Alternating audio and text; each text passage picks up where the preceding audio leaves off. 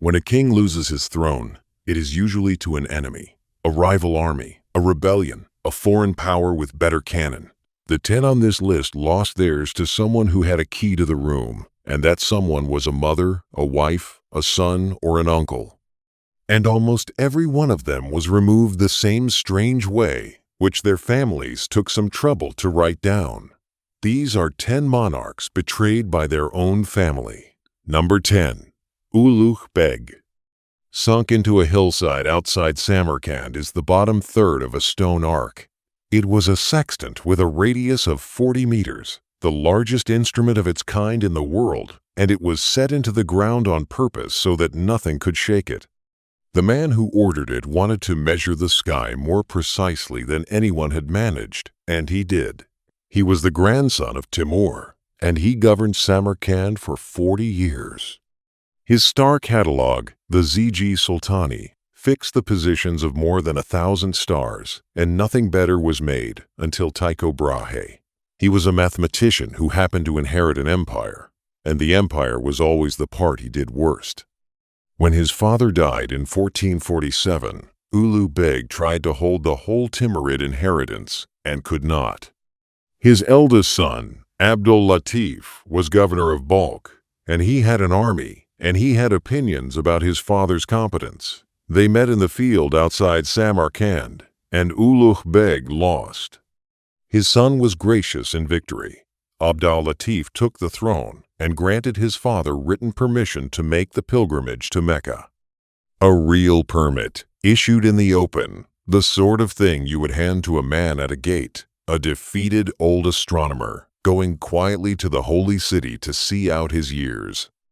There was a second document. Abdul Latif had convened a court under religious law, quietly, and that court had issued a ruling that his father should die. Nobody was meant to read that one.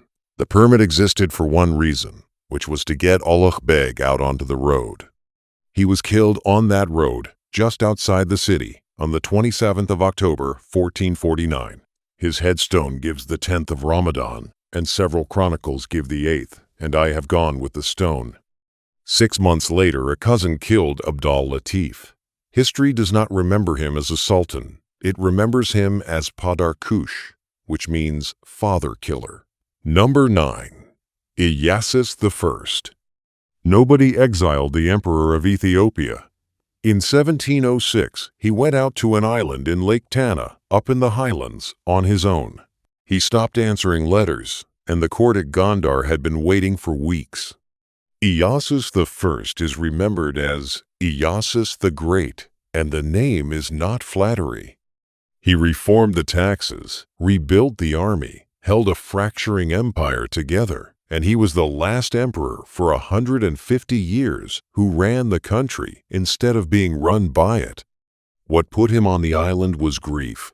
A woman named Cadesta Crestos, a concubine he loved, had died, and he came apart in a way that a patient court can use.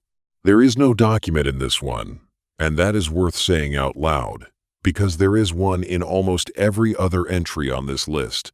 Nobody made him sign anything. His officials at Gondar simply announced that the emperor had abdicated, and they had a precedent ready to make it stick. A king called Caleb, who had truly given up a throne for a monastery more than 1,000 years before. They crowned his son Tekle-Haymanot, and by the time Iyasus heard about it, there was already a new emperor wearing a crown.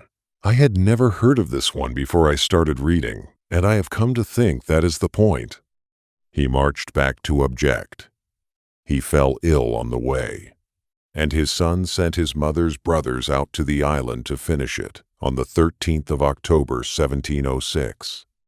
The Ethiopian chronicles give the son a name of their own. They call him Irgum Tekle-Haymanot, Tekle-Haymanot the Cursed.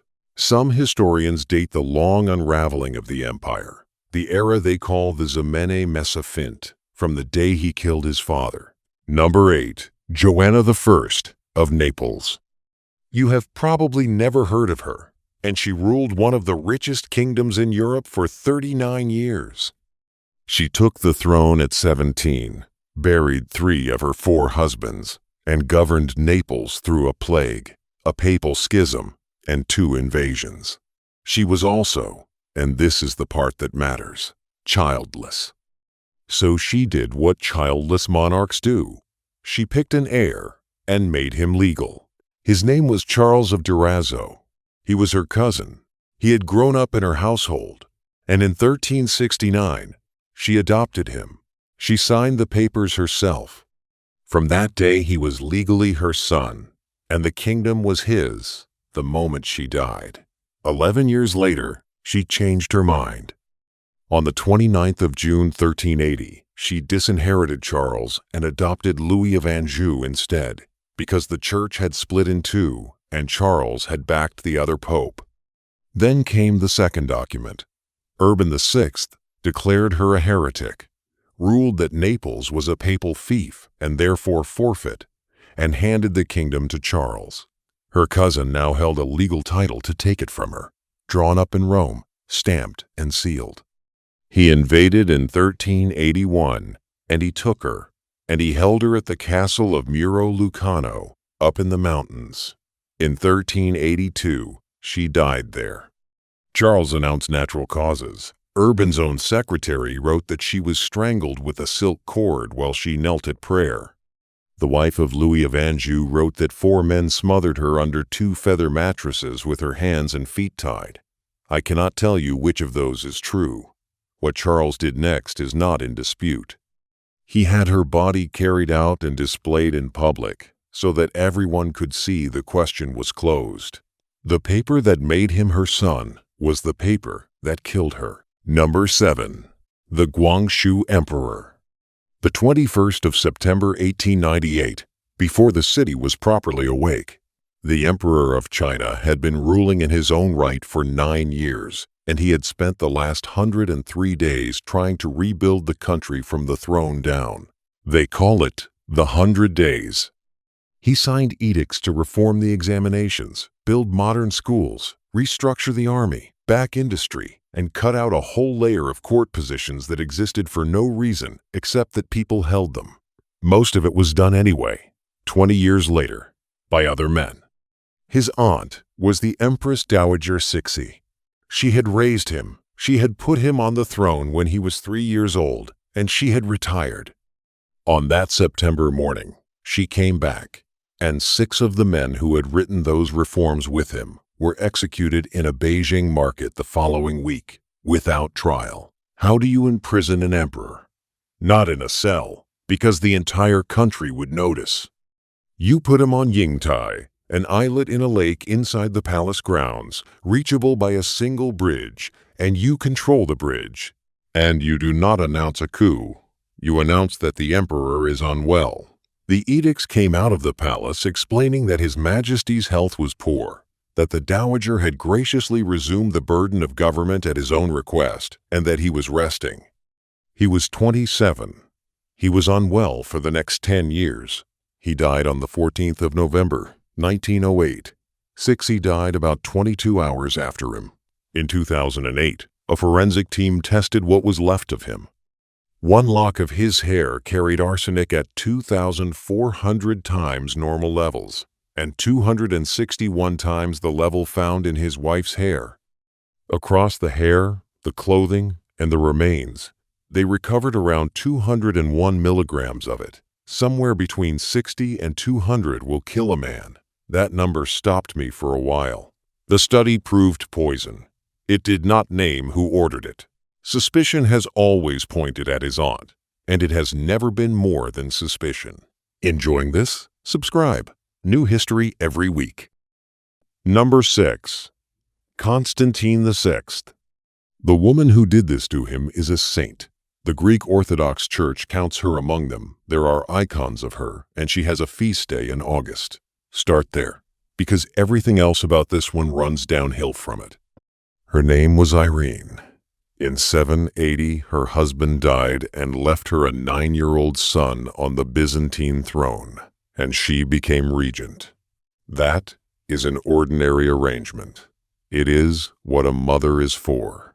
For 10 years, she ran the empire in his name while he grew up.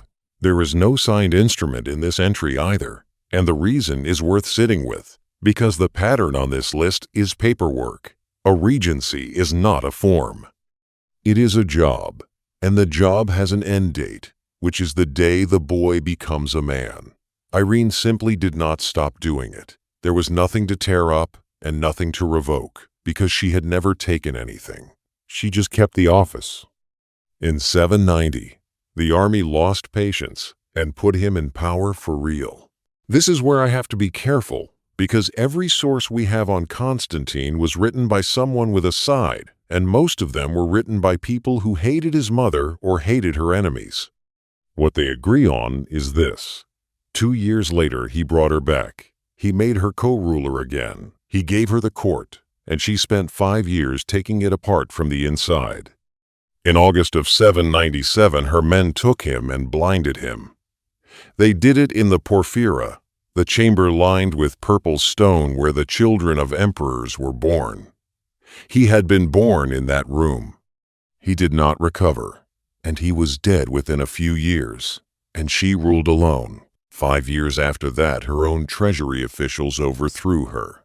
She was sent to Lesbos and died there within a year, spinning wool for her food, according to the chroniclers. Number 5. Shah Jahan. Stand on the other side of this one for a moment. You are the third son of the emperor. You are not the heir. Your eldest brother is. Your father has made that clear for 30 years. And in September of 1657, your father is dying. So you fight.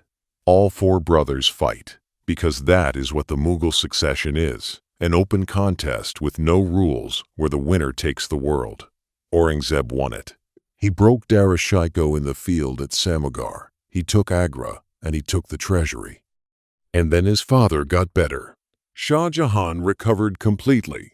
The man who had built the Taj Mahal for his wife was back on his feet, expecting his throne, and his son had already spent it.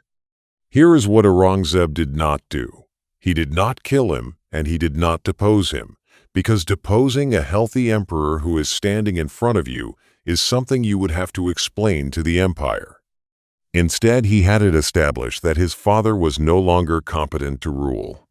That is a finding about the state of an old man's judgment, and it is a far smaller thing to sign than a death warrant. They moved him into the Agra fort, into the marble apartments of the Musaman Burj, and he stayed there for the last 8 years of his life. Those rooms have a window. Through it, across the river, is the Taj Mahal. His daughter Jahanara Begum went in with him, and nobody made her. She had backed Dara Shikoh and lost, and she chose the fort over the court, and she was still there when he died in 1666. This is the one on the list I find hardest to call betrayal, and I will tell you why.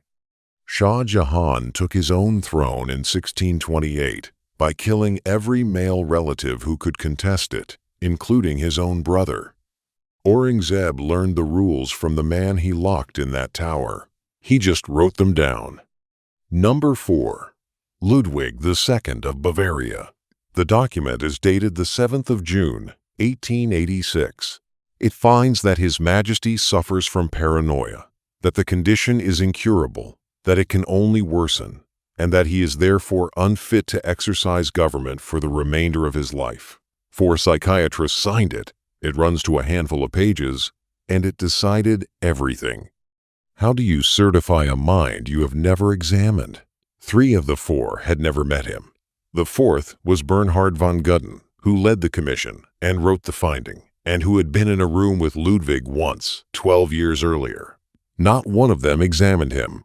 They worked from files. Servants had been interviewed, courtiers had been interviewed, household staff had described his hours and his habits and the way he ate, and the commission read the interviews, reached a diagnosis, and signed it. The diagnosis was for life. The man who needed that finding was his uncle, Prince Luitpold, who became regent the moment it was accepted.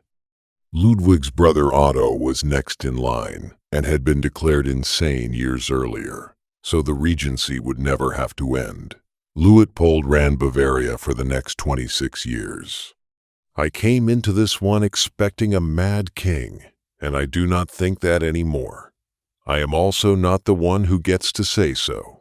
Heinz Hefner and Felix Sommer, writing in the journal History of Psychiatry in 2013, went back through the evidence and concluded there was no clear proof of insanity and that psychiatry had been put to political work.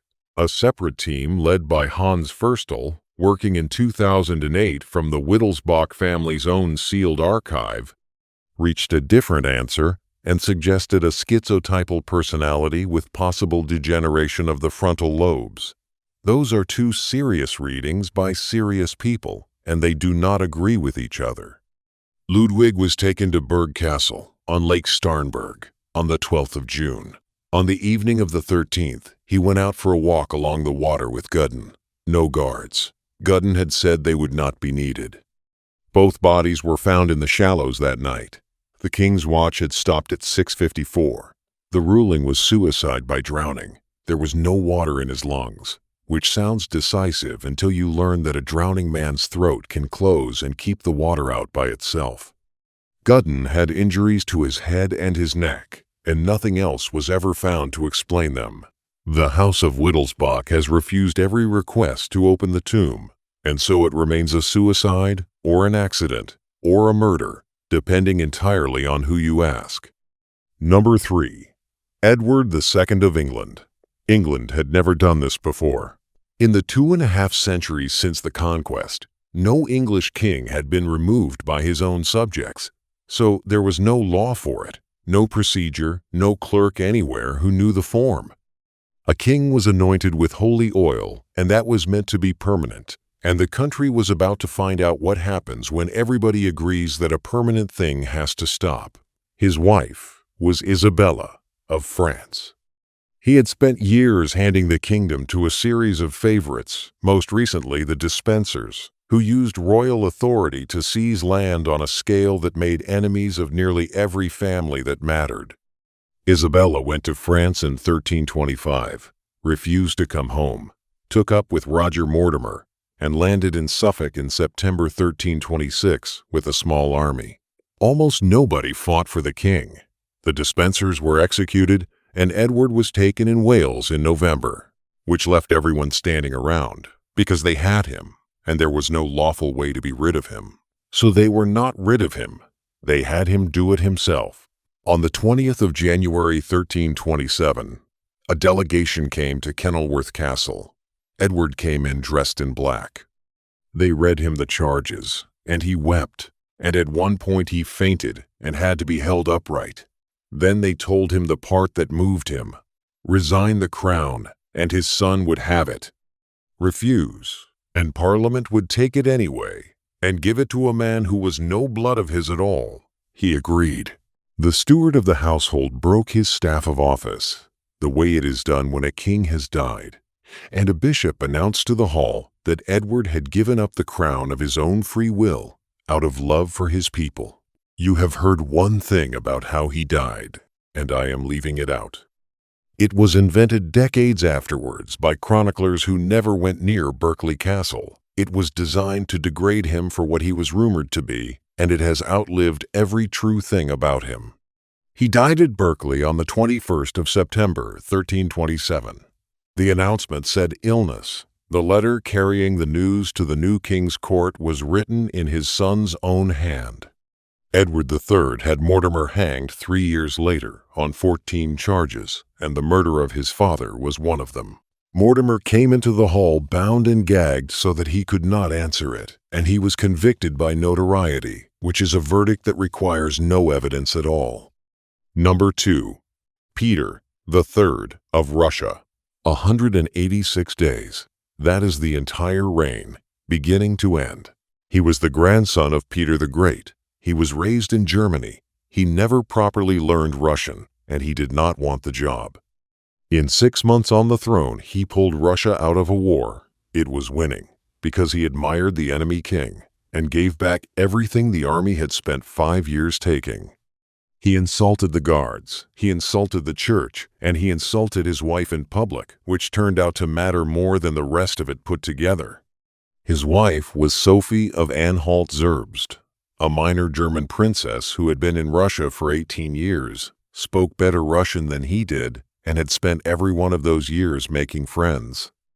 On the 28th of June, 1762, old style, the 9th of July on our calendar, she rode out to the guards' barracks wearing a uniform, and they cheered her. By that afternoon, the Senate, the Church, and the army had all sworn to her. Peter was at Oranienbaum. He sailed for Kronstadt, which was his own fortress, and the garrison had already gone over, and they told him to turn around or be fired on. He turned around. He offered to renounce the throne. He offered to go home to Holstein and be nobody at all. She would not take it that way. She sent Grigory Orlov to Oranienbaum with a single instruction, which was that Peter had to write the abdication out himself, in his own handwriting, and Grigory rode back to her with it signed. A man surrendering an empire in his own hand, phrased as though the whole idea had been his. Then Grigory's brother Alexei took him to Rapsha, a small country house, and 8 days later he was dead. Orlov wrote to her about it that same day. The letter says there was a quarrel at the table, that they could not pull the men apart, that he was dead before anyone understood what was happening, that they do not themselves know what they did, and that they are all equally guilty and deserve to die. I have read it. It does not read like a cover story. It reads like a man who has just done something and is frightened. The court announced that the emperor had died of a hemorrhoidal colic. Voltaire and D'Alembert both said aloud that they did not believe a word of it. He and Catherine had a son. Paul was 7 years old. Number 1. Paul the First of Russia. Paul waited 34 years. He grew up inside his mother's court, watching the men who did it grow old rich. Alexei Orlov, who wrote the letter, was given an estate and a title. Paul was kept away from government, kept away from power, and kept waiting, and he was 42 years old when Catherine finally died in November 1796. He was emperor for about a month before he went to get his father. Peter III lay at the Alexander Nevsky Monastery, outside the walls, not among the czars, because he had never been crowned. Paul had the coffin opened. Inside were a few pieces of bone and his father's boots. He held a coronation. He took the imperial crown, and he crowned the body, because his father had died without one, and the paperwork of the empire had never accepted him as emperor at all. Then he arranged the funeral procession, and he chose the men for it personally. Alexei Orlov was about 60 years old. He was made to walk in the procession, on foot, through the streets of St. Petersburg, carrying the imperial crown on a velvet cushion. 2 of the other surviving conspirators carried the coffin itself. Peter III was reburied in the cathedral among the Tsars, beside Catherine, who had been dead a month, and the whole capital stood and watched the men who killed him carry him to his place. I have not found a more complete revenge anywhere on this list, and it bought him nothing at all, because Paul as emperor was intolerable. He drilled the guards in Prussian uniforms until they loathed him. He stripped the nobility of privileges Catherine had handed them, and he changed foreign policy so often that no one could plan a season ahead. By 1800, his own court had decided he had to go. He knew it. He built a castle to be safe in, St. Michael's Castle, a fortress in the middle of his own capital, with a moat and drawbridges and a private staircase, and he moved into it in February 1801. He lived there for 40 days. On the night of the 11th of March, old style, a group of officers came up the stairs. Count Pollen had organized them.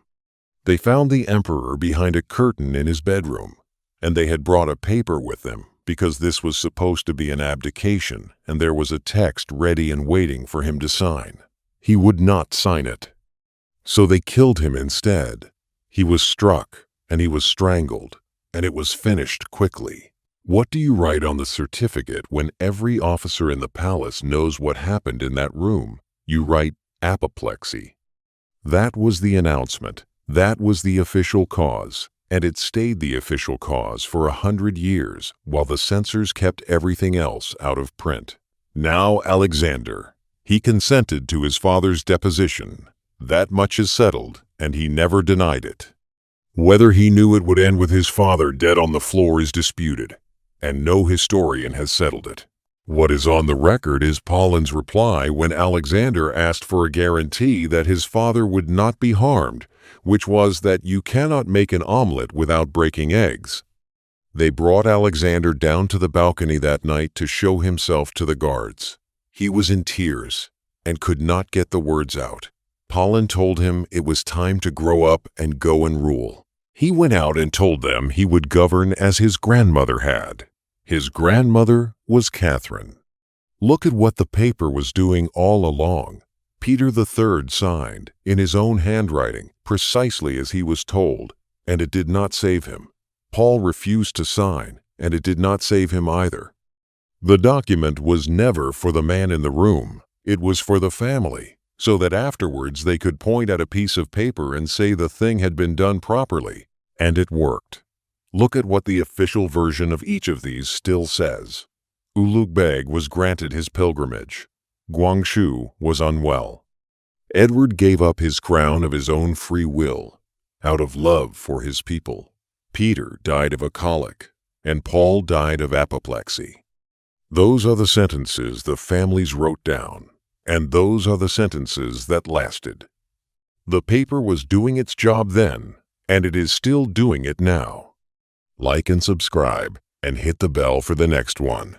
Comment which one you had never heard of, and where you are watching from. Thanks for watching. See you in the next one.